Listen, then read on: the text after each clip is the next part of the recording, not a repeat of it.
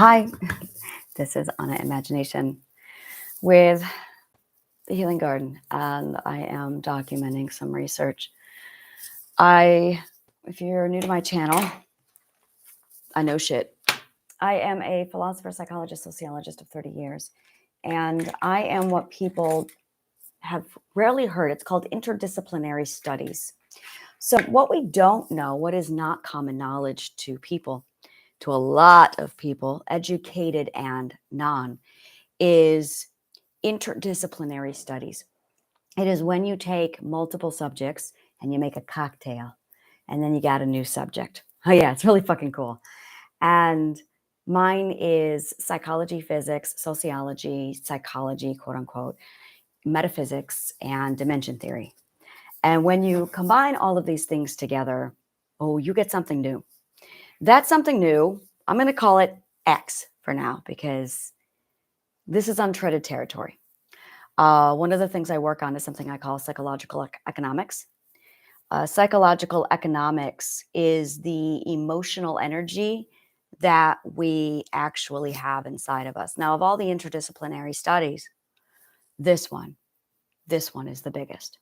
Of all of them, psychology it's the one that requires the most knowledge. Ironically, I am on a massive, the more I study, the more my research gets me into this area, the more I'm really starting to realize how incompetent psychologists and teachers are today, to the point where they are so ignorant that they don't know they're ignorant. That is the level.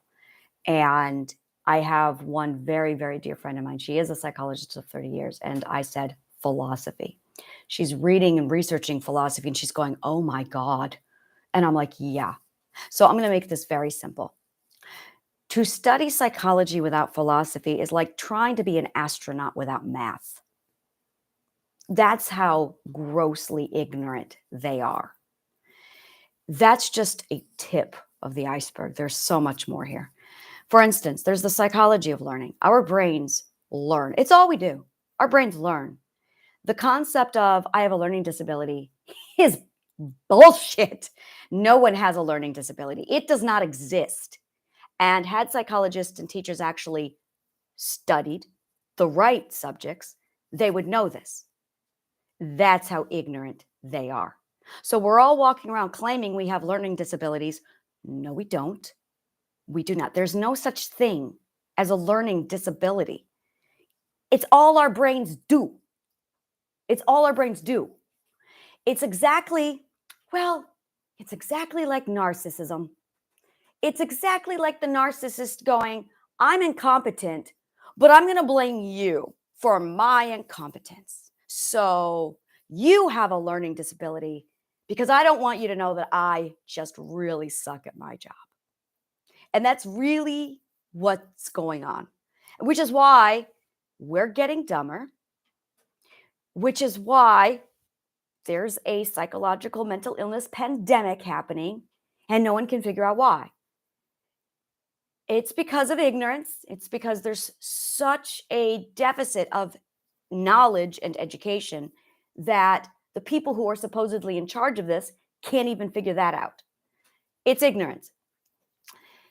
The subjects they need to study are philosophy, physics, dimension theory, psychology, geometry. I'm sorry, not psychology. Geometry. Let me go through it once more. Geometry, logic, physics. Yeah, geometry, logic, philosophy, physics, and dimension theory. Schizophrenia involves dimension theory. So, yep, that's it. Geometry, logic, philosophy, physics, and dimension theory. 1, 2, 3, 4, 5. Those are the 5 subjects of psychology. Technically, also economics.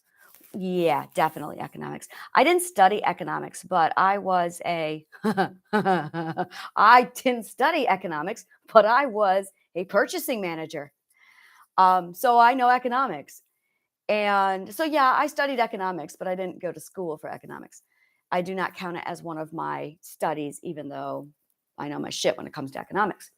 So, yeah, I would also throw economics in there because understanding the physics and the economics as they merge into psychology, it's a whole nother, that's how relationships work. Relationships are just physics and economics, which is why so many of us are bad at relationships. And then you go to a psychologist and you're like, what's wrong with me? I don't understand. Well, have you? No, no, no. It's economics and physics. That's why you're bad at relationships, is because you don't know physics and you don't know economics. And it's classic physics. It's like basic physics. It's not complicated. You basically need to know about potential energy, kinetic energy. You need to know about the law of reflection. That's how we learn. And you need to also know about trade. And there you go. That's how to fix your relationship. Easy peasy. I will be doing a relationship course. I will be doing a parenting course. I will be doing, and right now this is my big forte, is the psychology of teaching. That's where I am now, is the psychology of teaching. A philosopher is actually a psychologist. I'm going to say that again. A philosopher is actually a psychologist. That's where they put the good psychology, is philosophy. Because they also have metaphysics over there, which is when you get into dimension theory, which is all that Pythagoras and Aristotle did. They did a lot with metaphysics.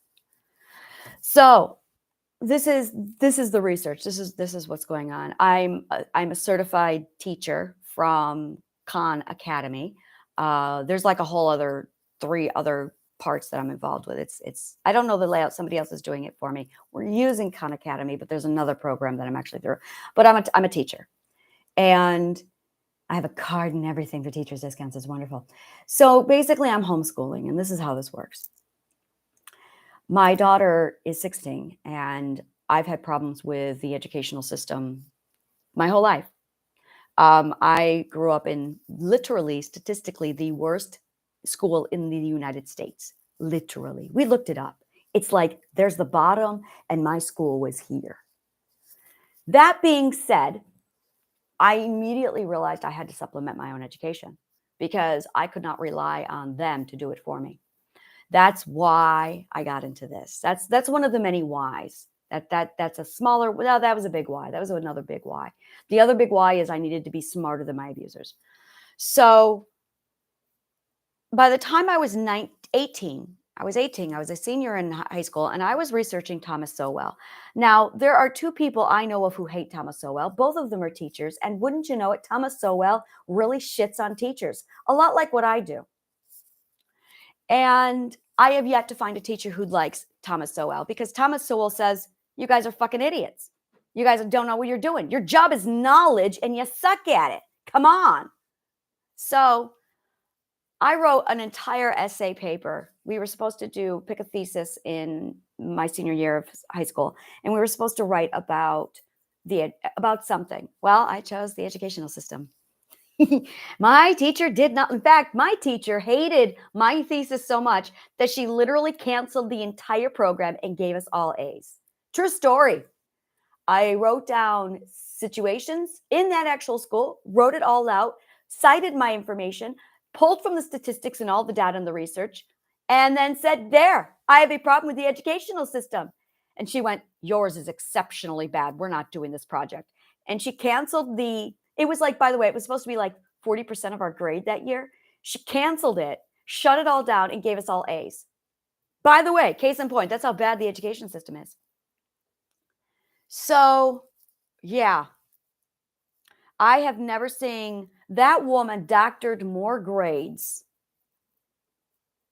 than a criminal laundering money doctors the books. It was fucking horrible. So that, I remember this one time she was grading books and she's like, you got a 45. If you promise to do better next semester, I'll give you an 80. I promise. All right, good. That's how she taught. True story. Did I mention it was like the bottom of the barrel of education? So I have been on the Education America kick for about 20 years, a long time. And one of the things that I'm huge on is the psychology of learning. Now, I am a passionate learner.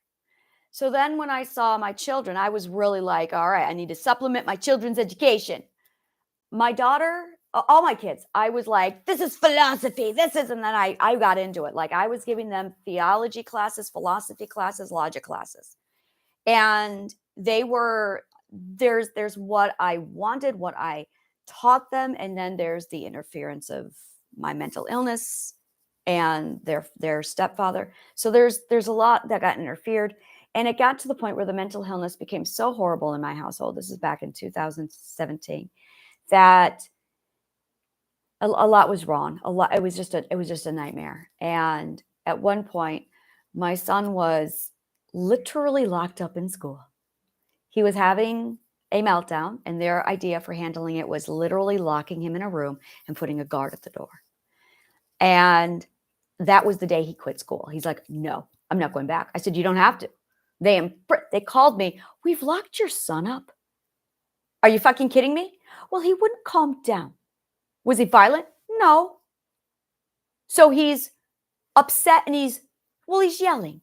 And your solution is to unlawfully imprison him and put a guard on the door? Yeah, I'd be pissed off too. So we decided to prioritize his mental health over his education. He's come a long way. He graduated. He went back to school. And now, he's doing much better. My daughter was starting to show symptoms of trauma. And I'm going, what the fuck? Pull her out of school. Do homeschooling now. And it got to a point where she had full panic attacks this January before she went back to school after the winter break. That led into literally 2 panic attacks just from going back to school.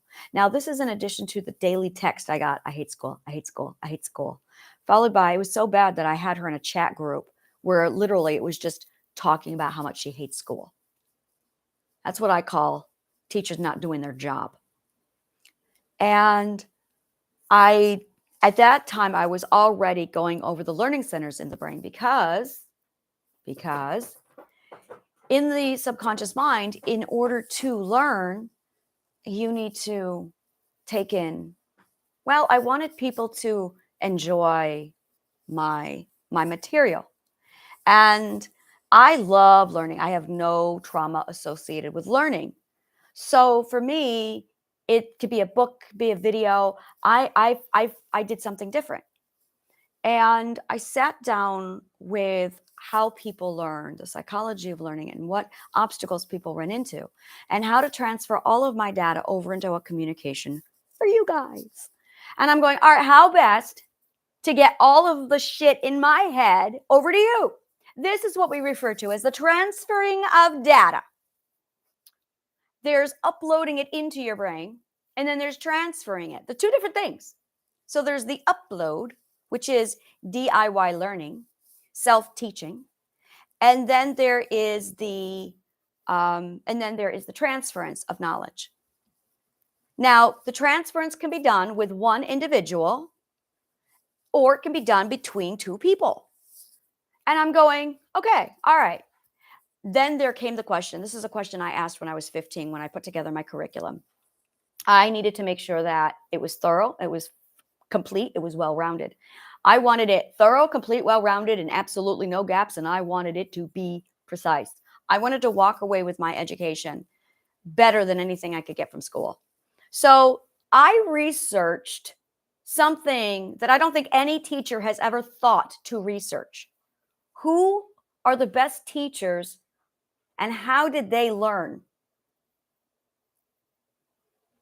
Well, I looked at history. I took a step back and said, let's look at history. Of all history, let's name some great teachers. Aristotle immediately came to mind. Aristotle is one of the greatest teachers ever. And I'm like, all right, who else was a great teacher? Socrates' name came up. Plato and Christ. These are the 4 people whose names came up. I'm going to point something out. They lived in the 4th century. Well, no, they didn't. They lived in like the 4th century BCE, the 2nd century BCE, and the 1st century BCE. It's been a really long fucking time since we have seen a great teacher. And I went, why? Well, it's called the Dark Ages. And again, I went, well, what the fuck happened? Well, I'll tell you what happened. In 380 AD,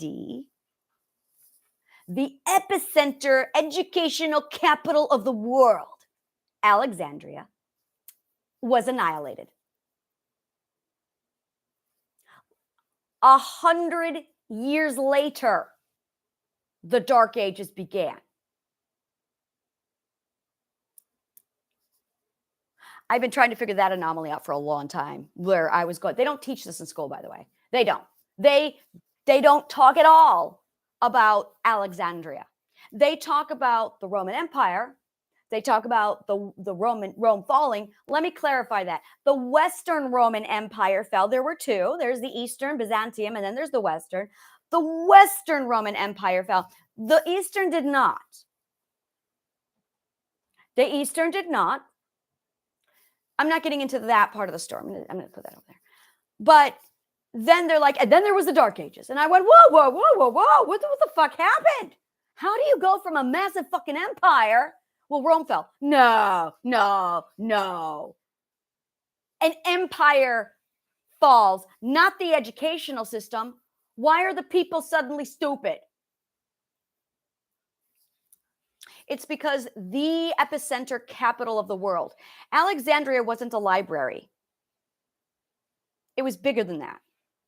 It was part of a museum, which is actually a temple, which at that time was also a university. But it was bigger than that. It was an actual, it's a city. It's still there today. It's Alexandria in Egypt. But the whole damn city was the educational center. They had a law there that if you showed up at port, anywhere in port, the minute they had guards at the gates. And if you had a grocery list, they would take your grocery list. It would go to the library. Scholars would write it down and they would give you a number when they took your grocery list. You want your grocery list back? You're going to have to go to the museum, trade in your ticket, and you'll get the copy. They kept the original. Every written document, love letter, manifest, doesn't matter, that went through Alexandria stayed in Alexandria. That is what was stored at the Library of Alexandria. Not books. Every written document that passed into port. They had searches and they took written document. Why? To study the cultures. It was for learning purposes. That is a level of commitment of education. They valued education so much that they violated people's basic rights. Now, I'm not saying that's right. It's not ethical. Their methods were severe, but that's how dedicated these people were to education. And in 380 AD, the whole damn city was annihilated. According to the legend, the emperor said, I want their blood to reach my knees.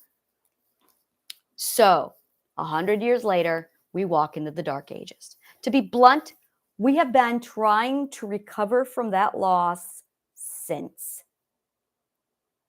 So I decided to use Socrates, Aristotle, Plato, and Christ as mentors for how to learn. Because these people knew fucking shit about education. They were the last great teachers. Plato created something called La Academia. La Academia had a curriculum, which was very similar to the same curriculum that was taught in Alexandria. I found the curriculum when I was 15, and I copied it. So that became my educational syllabus. I used Plato's La Academia curriculum and Alexandria, and I plugged it into my own DIY. I then used the great books to supplement. So I read the great books and I followed Plato's curriculum. That is my education. Now, we're going to jump into this. I see my daughter suffering from trauma. I pull her out. I'm like, you know what? I think I'm fucking qualified to teach. So, and I did have that ethical conversation with myself. Can I do this? And we got her enrolled. She's all set up, and she has to do the United States government. Yeah, that's right. She has to do the United States government. I'm like, all right. So she's trying to do the United States government. She's like, I don't understand. I don't understand. And I'm going, okay, let's go through it. And one of the things that I noticed is, why does she keep hitting a barrier?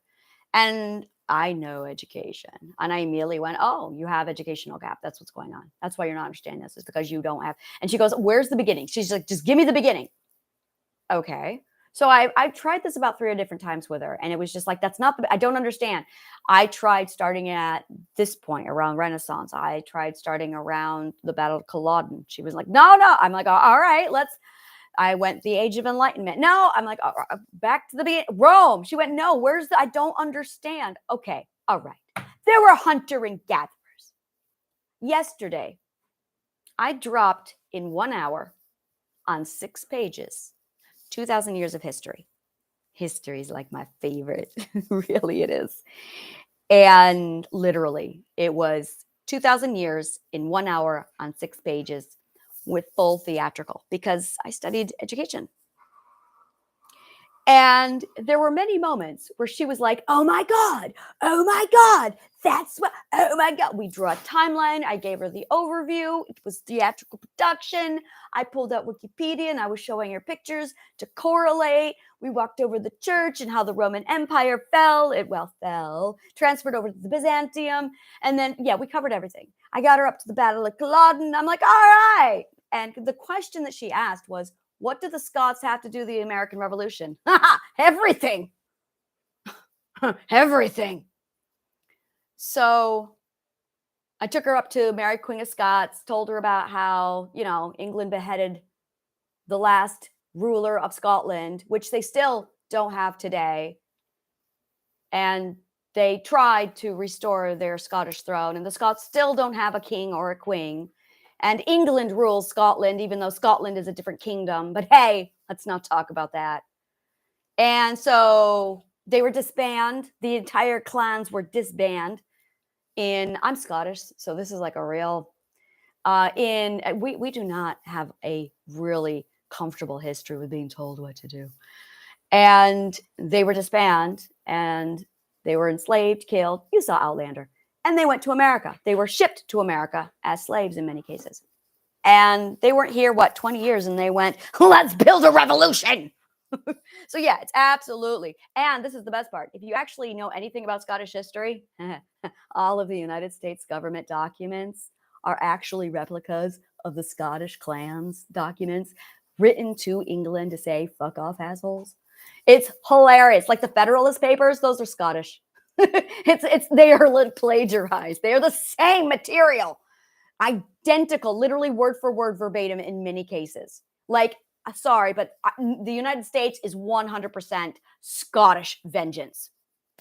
So it was fun.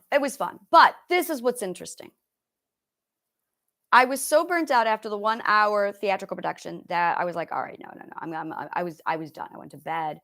I got up this morning and she's like, Mom, I couldn't sleep. It was like, I couldn't stop thinking about it. And I went, that's fucking education. That's how it's done. When the student is so excited about the subject that they're excited about learning, that they think about it, that they want more. That's education. So I'm going to tell you what I did. Story. Christ knew that. It's why he taught in parables. Story. You have 2 things in your brain that teach us how to teach. That is the teacher. You do not have to teach anyone how to teach. You don't touch this thing. It's automatic. You leave it the fuck alone. Teachers don't know this. So they interfere with it badly. And as a result, all it is a bunch of teachers interfering with nature. So you have your identity, which learns through, and this is what I call the magic school bus learning center. Learn through story, learn through imagination, learn through art and creativity. It has to be fun, it has to be enjoyable, and it has to be colorful. Your identity is 5 years old. It's the inner child. And my God, okay, this is like, I cannot, you know how you dream in images and colors? Sometimes people don't have colors, but there's no words. You know how you feel things because there's no words? It's because she's 5. It's because identity doesn't speak that language. Identity speaks the language of feelings, images, colors, and imagination. Those are her languages. Story is her language. Story is identity's language. And it makes up for 50% of your subconscious mind. The other side is your logical center, which people don't know they have. You are born with such a deep sense of logic, it's disgusting. You are highly logical. You are so logical that you have an entire system built around, it's called your subconscious mind, built around your logic. It has to be logical. I was telling her this one part of the story. I was going over history, and she stops me and goes, "Wait a minute. That doesn't make sense." No, it doesn't. Congratulations, you found your first anomaly. She's like, but I said, I'm working on it right now. I noticed it too. So I'm now studying more history, tracing down this anomaly to answer this question. If you actually study history right, you find the anomalies, the parts that don't make sense. And they don't make sense for 3 reasons. Christian imperialization, because they fuck up the history books. We're missing actual gaps. Yeah, that's it. That's it. We actually don't have the information, or somebody's fucking it up. Mostly Christians. They will completely, if you would watch the way they imperialized, exactly like the Roman Empire, because they are the Roman Empire, they absolutely imperialized the exact same way Rome did. And that way is annihilate a culture, remove everything from that culture, and leave no trace. Then change the history books to make you look like the hero. That is exactly how Rome does shit. Rome did not do this one time. It was great. When I got to Culloden, I explained how the English white completely annihilated the culture, banned the kilts, banned the weapons, banned the language, banned the bagpipes. She went, wait, they took out the culture. Yeah, they did. They illegalized their culture. She goes, Rome does that. That's my girl. That's right. Rome does that. Just like Rome. Yeah, just like Rome.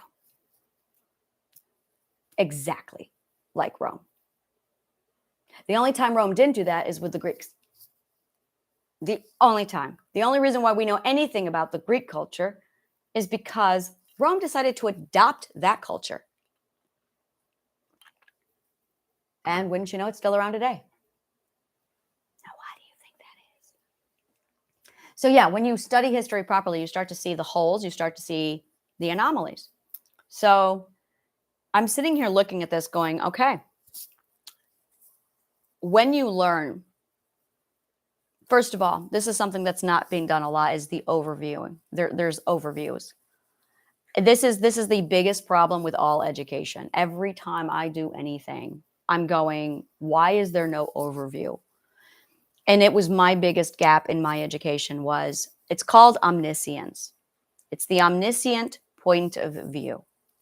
And if you want to understand something, you want to know how bad teachers are, let's start with this. This is it right here. Teachers are so bad that they don't realize you need an omniscient point of view, a big picture, to understand what you're actually working in. For instance, imagine if you're going to put together a 1,000-piece puzzle. I'm not going to give you the cover of the box. I'm just going to give you the pieces and say, well, there you go. Have fun. How hard is the puzzle going to be? Everyone knows that if you don't know what you're putting together for a puzzle, you are not going to enjoy it as much. You are going to struggle. How much harder is the puzzle? All because you don't have the cover.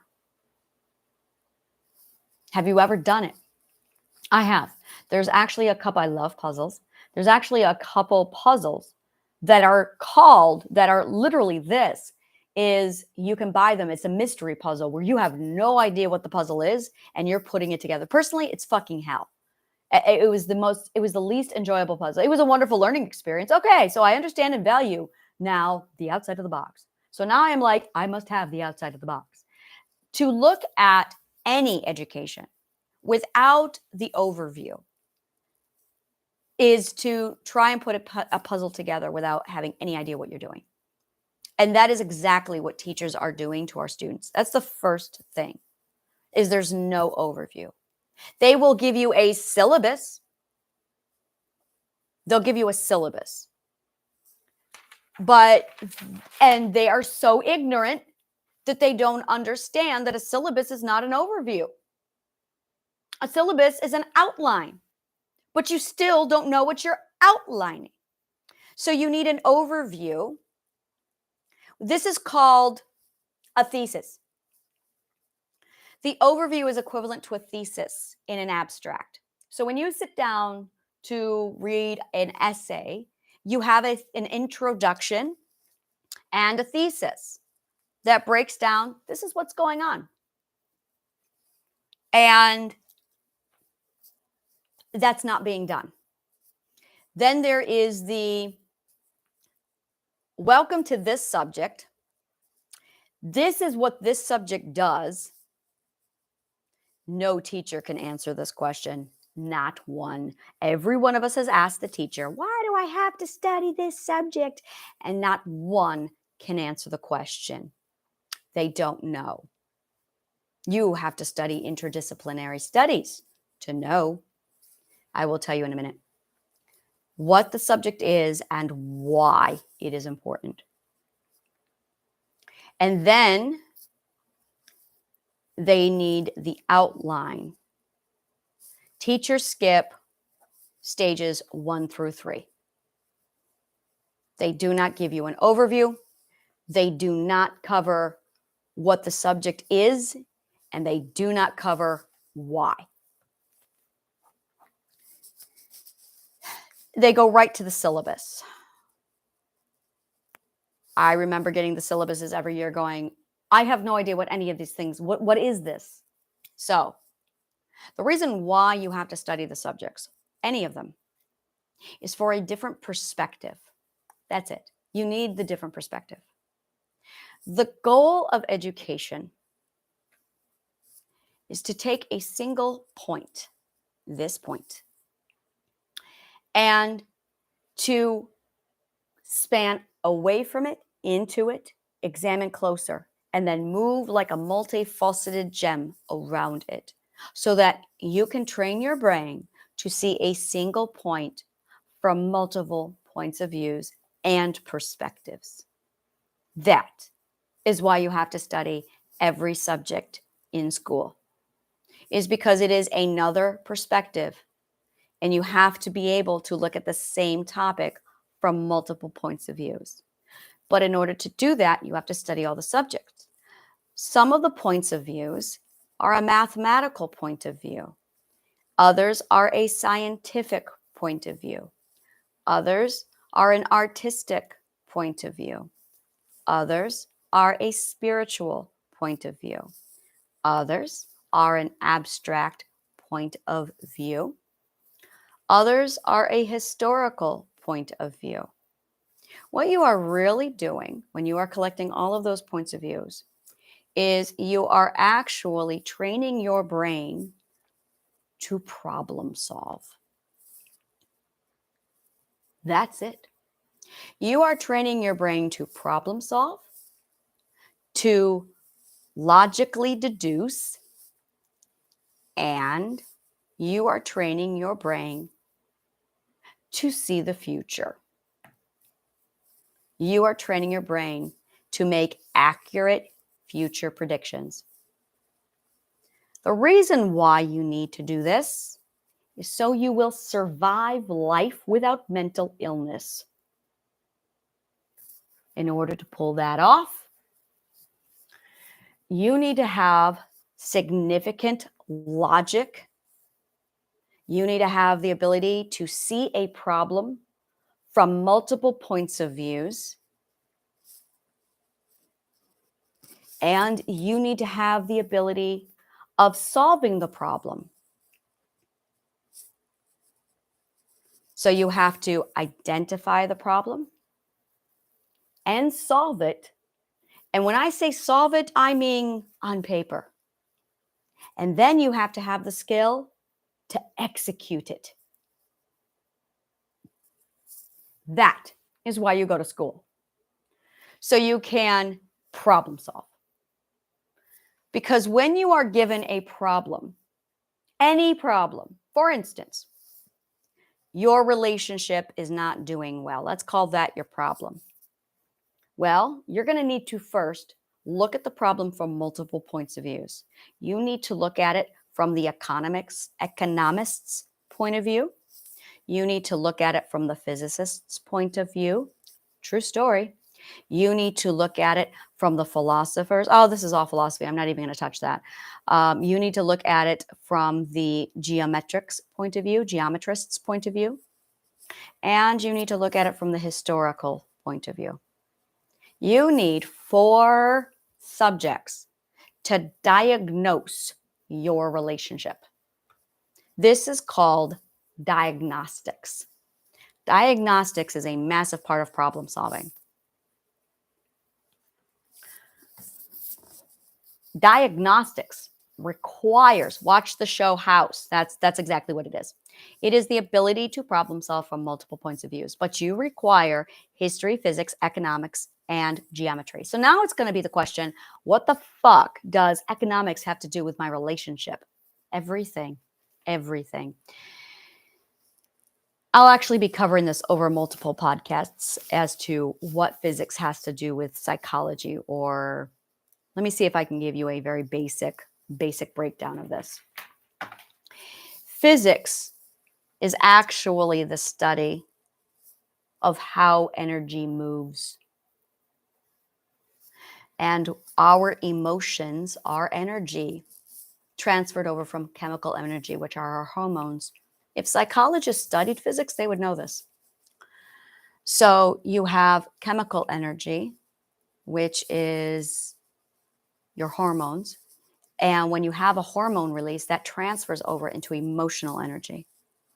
Emotional energy are 100% all of your emotions. Now, in physics, anytime you have energy, it immediately gets put into a storage called potential energy. And it has to be spent or transferred into kinetic energy. And when that happens, now you have action. If you do not do this, many of us don't. The potential energy will max out until it until it explodes. We call this in physics and in chemistry a reaction.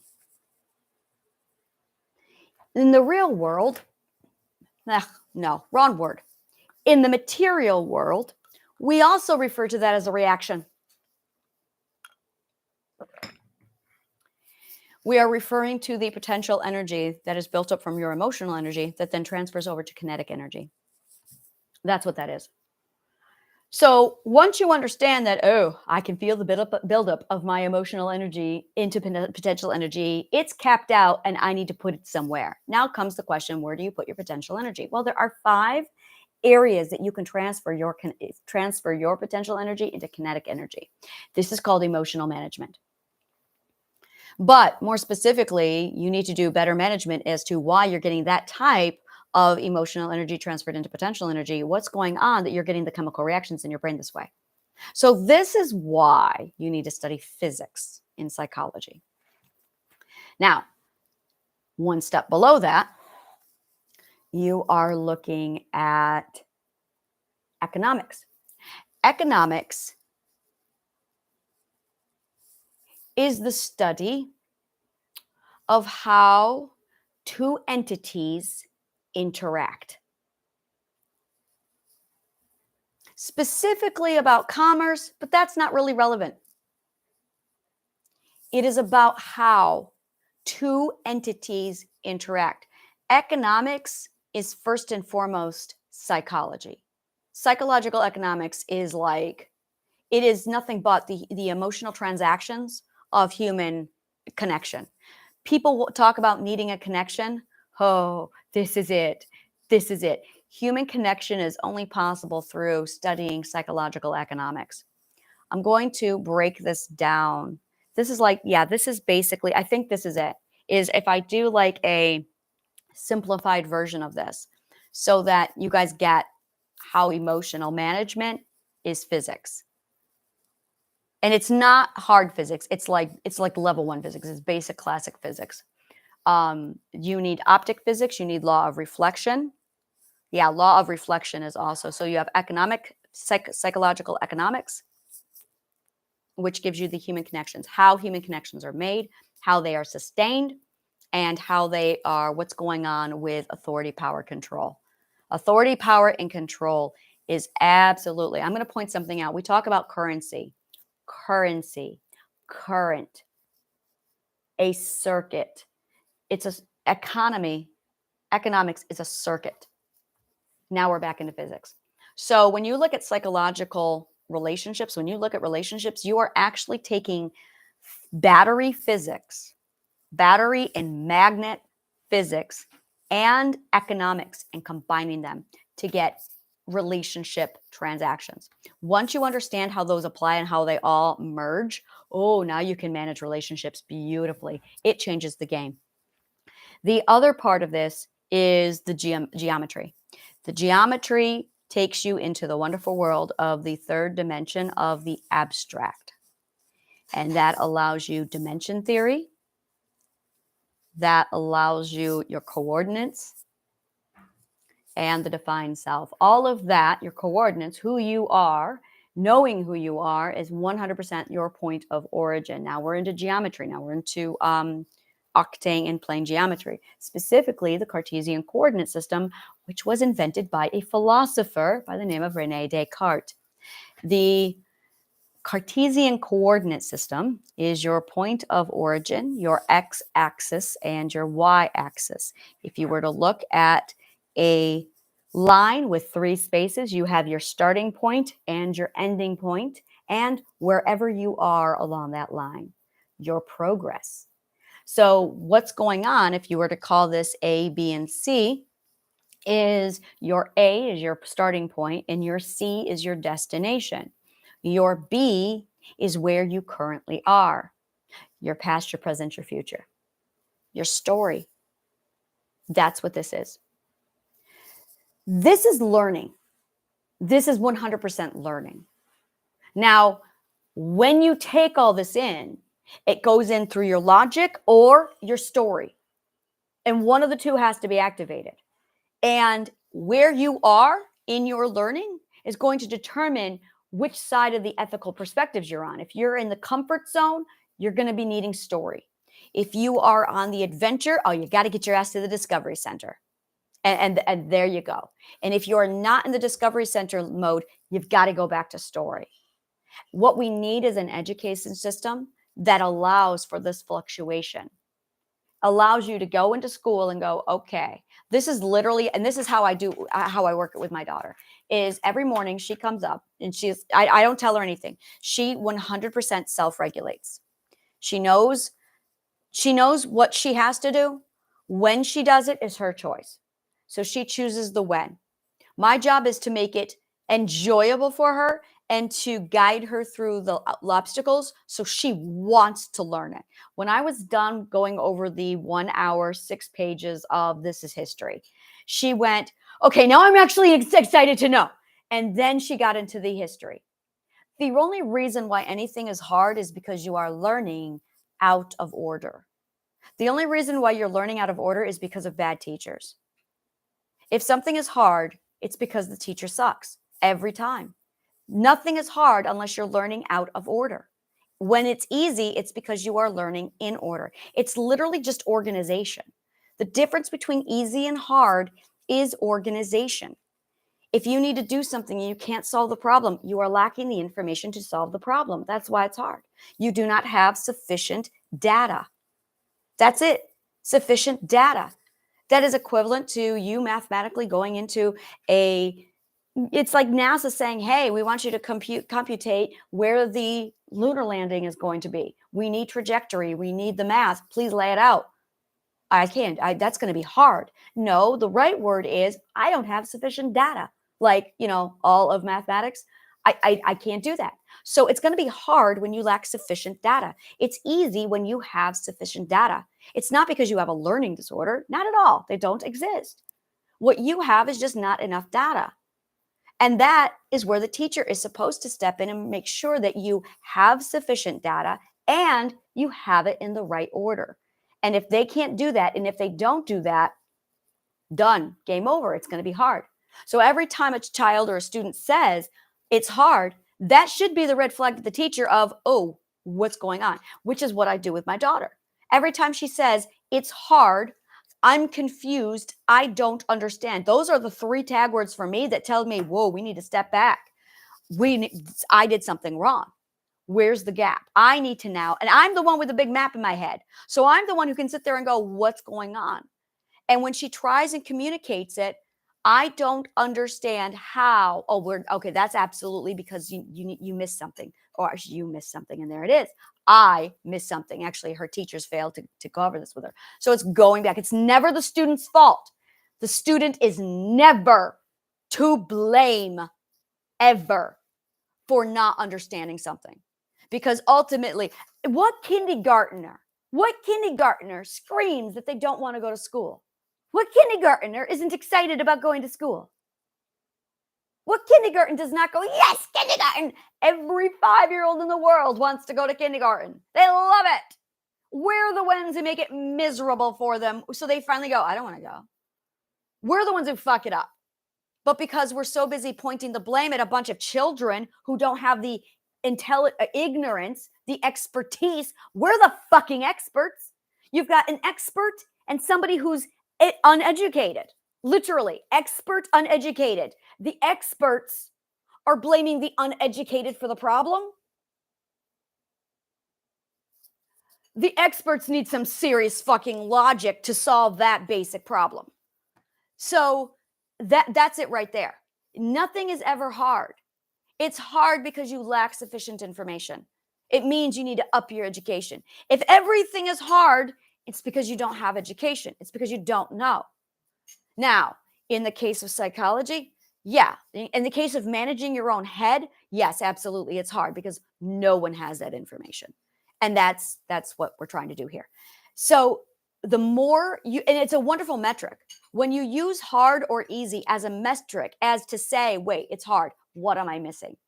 That's when you need to go over to detective mode and ask the question, what information do I need to do X? And it can be anything from problem solving, mathematics, calming yourself down. It doesn't matter. It is all about, do you have sufficient information or not?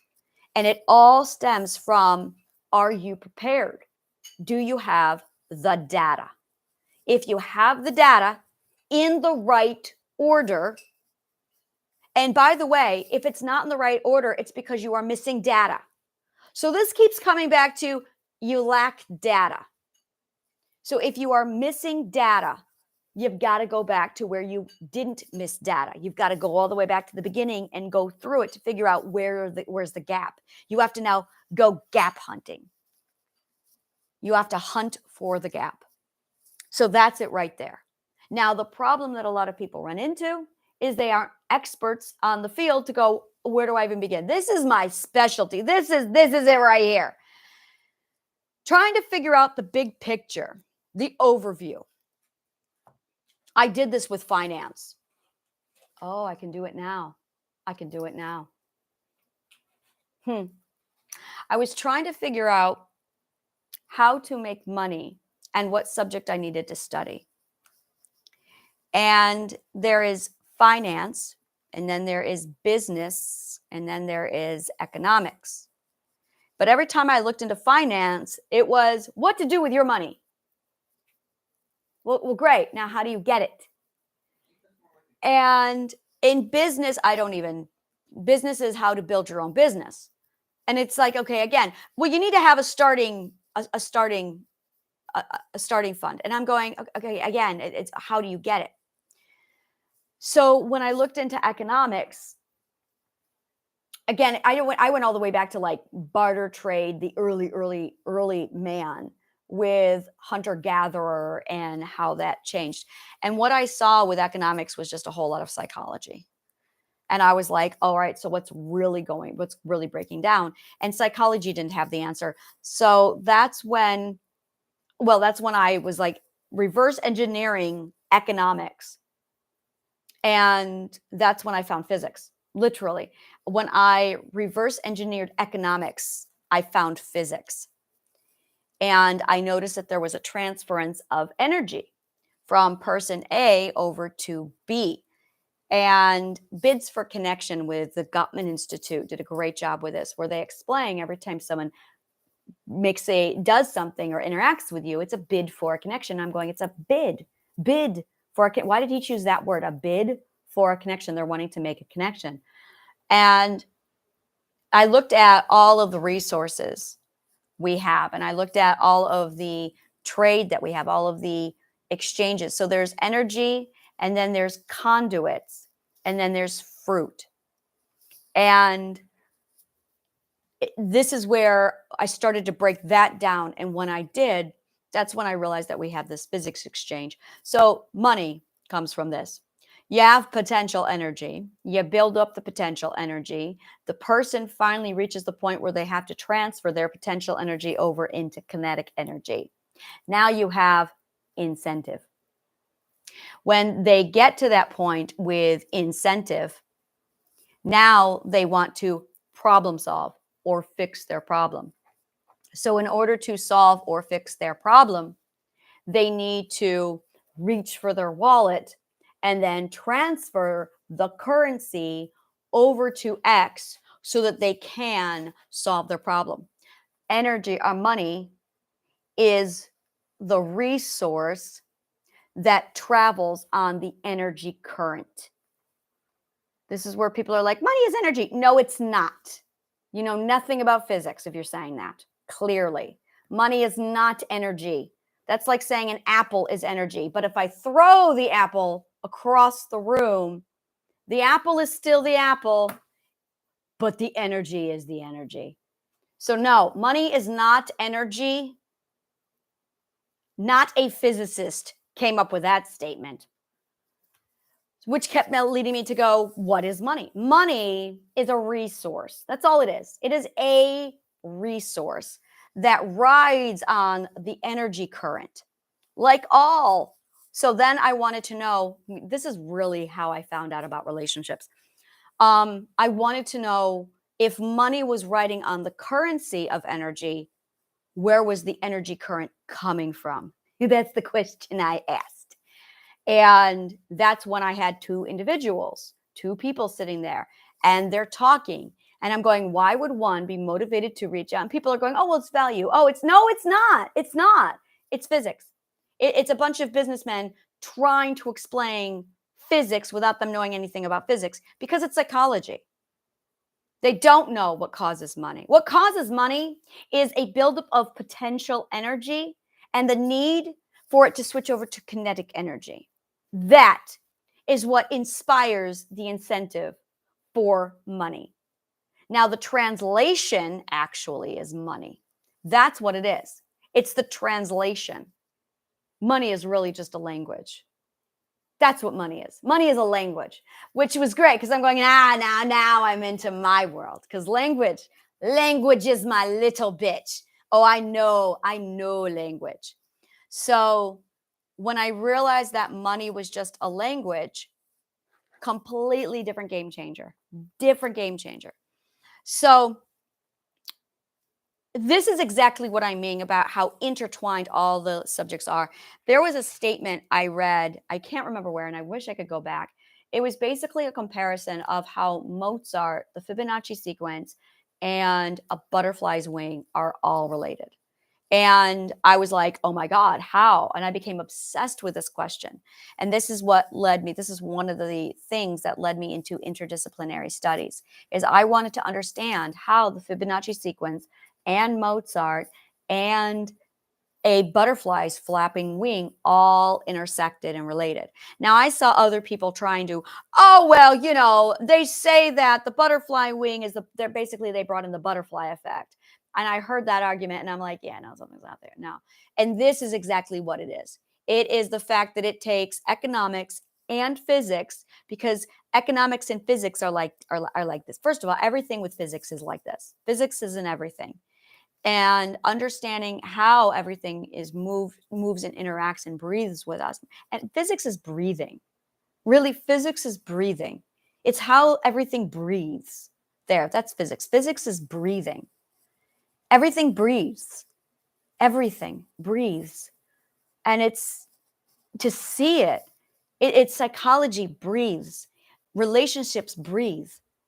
And when you understand how they breathe, physics is the breath of air between them. It's the in and out breathing. Are you all right?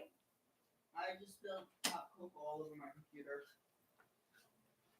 Do you need help? No, I'll be fine. It's in a case. Okay. My son he's fine. Just spilled something. Are you sure you don't need help? Yeah. Okay. Thank you, Lizzie. So physics is breathing. So let me see here. Yeah, that's it. So as far as the psychology of learning goes, I'm going to be basically restructuring, and I have a university that I'm building called HMS Alexandria, because it's a ship. And it's basically going to be, this is how you learn. This is the psychology of learning. This is what you need to do. This is what you shouldn't do. This is what you really need to stop doing. And this is basically what you want to do is you need excitement. You need excitement and joy. If you do not have excitement and joy, you're not going to learn. You have to be, and there's absolutely an emotional pathway. It's joy, which leads to excitement. Actually, it's curiosity. Well, no, it starts with joy. It's curiosity, it's mystery, and you're basically given it's like a scavenger hunt. And what you want to look for, especially in education, is look for the anomalies. Look for the parts that don't make sense. Look for the anomalies. And then find questions. Keep your mind open for questions. And the kind of questions is, and this is it, there's the superficial questions like I'm looking for understanding, but then there's the wait a minute, that doesn't make sense.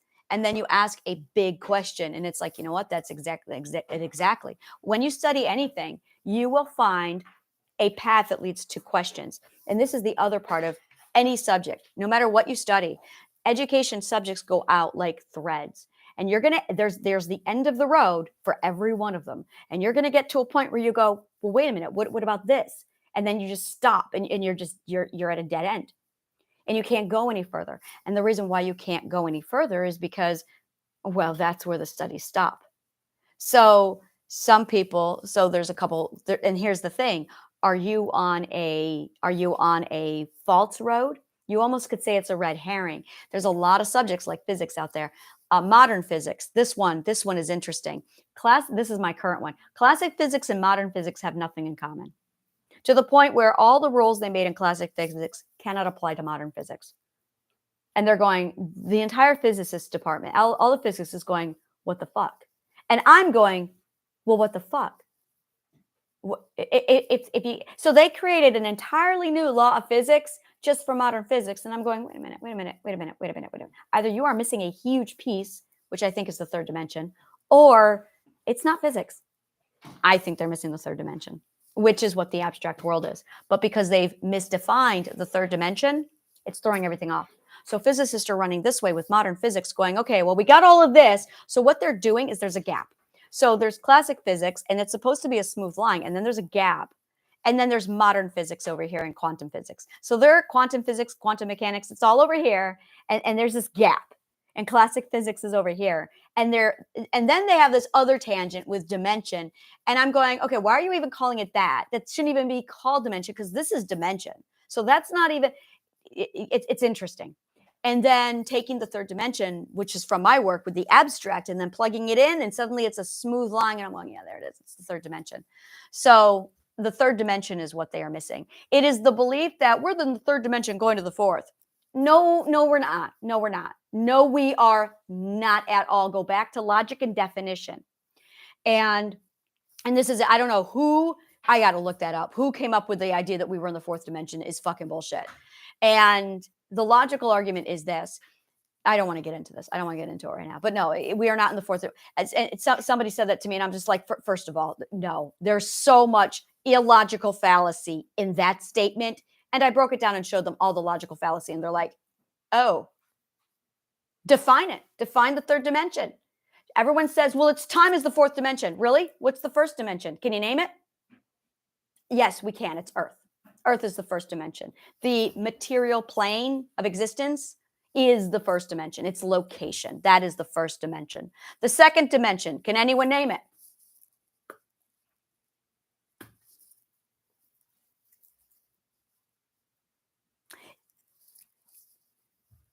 Back to the Cartesian coordinate system, you have a point of origin, you have an x-axis and a y-axis. The point of origin would be your location. The x-axis is time, which makes time the second dimension. So why are they claiming that time is the fourth dimension? Time is the second dimension. Whenever you sit down and you give a location, you need 2 points. You always need 2 points. Longitude, latitude give you location, but time tells you when. So where is the first dimension? When is the second dimension? Which means the third dimension is not defined. The third dimension is the abstract. And to prove it, my philosopher's compass, my AIDNS, all of that revolves around navigating the third abstract, the third dimension, the abstract. And now you have the third dimension. Now you have the third dimension, but it's not the fourth dimension. But when I discovered this and I'm mapping out the third dimension of the abstract, putting it in place and laying it all out, by the way, the third dimension is the actual frequency that exists in correlation to the point of origin, which is the current material plane. Every one of these requires a point of origin. For instance, in the where location, you need a point of origin, which is the sun. In the second dimension, the point of origin is the Big Bang. And in the third abstract, the point of origin is the self. We are the third dimension, the abstract world, which is why no one's figured it out, is because everyone's afraid to go into the self. So you have to have a point of origin in order for there to be a dimension defined. And then you can go into it. And every time you talk about location, it's always in relativity to the sun. In the case of when, it's always in relativity to the Big Bang. In the third abstract dimension, it's always in relativity to the self. And then once you define the self, you can go further into that and start mapping it all out and go deeper into the self. So those are your third dimensions. But when you don't have the third dimension and you're trying to do physics over here, it's not adding up. So this is where there's an anomaly. Is why isn't classic physics matching up to modern physics? And it's because there's a gap. So there's people out there and they find these anomalies. And this is where they say, this is what I want to do for my life. This is what I want to do, is I want to answer these questions.